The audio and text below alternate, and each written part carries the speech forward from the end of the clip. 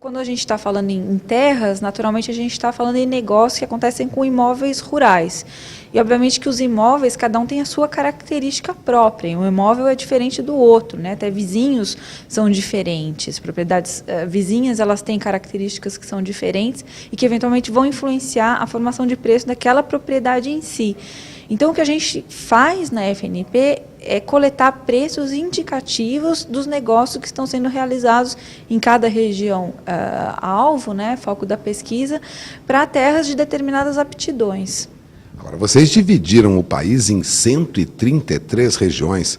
Foi necessário fazer essa grande divisão do país? Esse trabalho ele foi feito também há bastante tempo pelos técnicos da FNP e a quantidade isso mostra também essa quantidade de 133 regiões, ela vem a mostrar também essa característica de heterogeneidade do mercado, quer dizer, como é extremamente complexo você agrupar o mercado por tipos de terra, né, pela terra, em função de características que podem se assemelhar.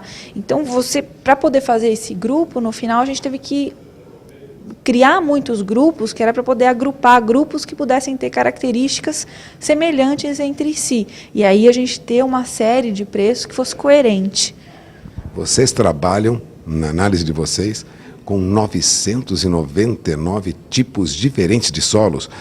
É difícil analisar isso no país?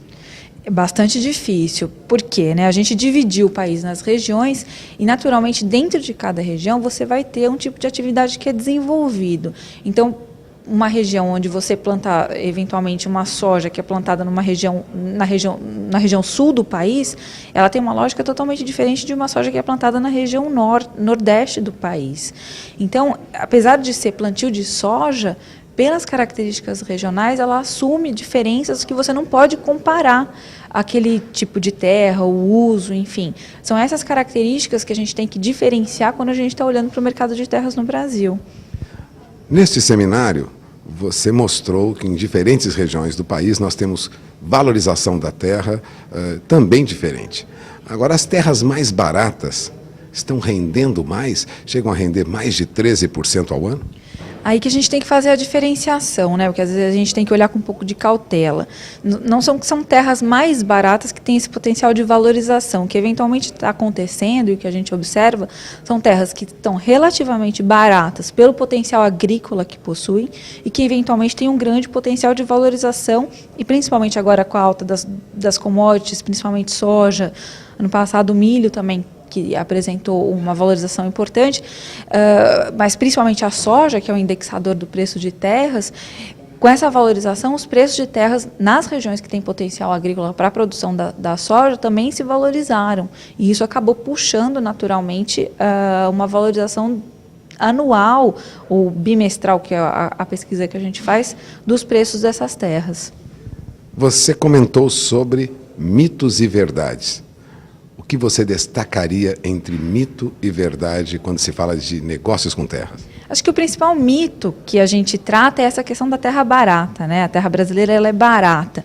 Isso acaba sendo uma falácia à medida que a gente tem algumas terras no Brasil que são mais caras do que terras eventualmente até na Europa ou nos Estados Unidos. Então a gente tem algumas regiões no Brasil que possuem mesmo o valor da terra em dólar bastante altos quando comparado a outros lugares do mundo, né? Comparados numa escala global.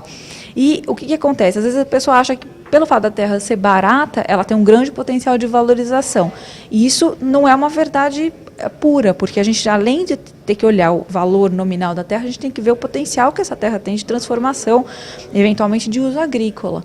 Então, acho que esse é um dos mitos que se criou em cima do mercado de terras brasileiro, que muitas vezes ele não é um mito mesmo, né? Não é uma verdade que toda a terra tem potencial para se valorizar. Então, acho que esse seria hoje um dos principais mitos dentro desse mercado. Quando você deu um conselho para os empresários, o que você destacaria no encerramento do seu seminário? Principalmente que hoje o investimento em terras ele tem que ser percebido sob a ótica de negócio. Então, não é o investimento em terra em si que vai gerar a valorização, e sim o investimento em terra, o potencial de transformação, a viabilização daquela propriedade para a produção mesmo econômica. Então, os custos de produção, tudo isso tem que ser levado em consideração quando se está pensando em investimento em terras sob a ótica de negócios, né?